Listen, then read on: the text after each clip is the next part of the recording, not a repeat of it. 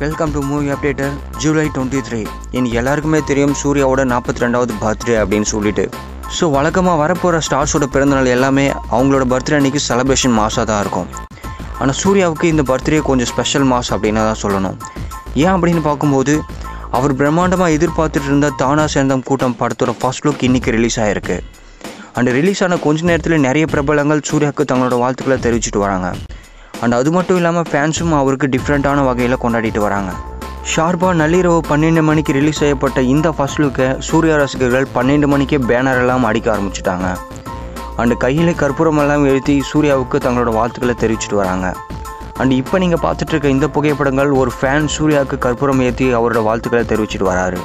So இந்த 23 ஜூலை இன்றைக்கி ஃபுல்லாக சூர்யா டேவாக தான் கலக்க போகுது சோஷியல் மீடியாஸ் ஃபுல்லாகவே.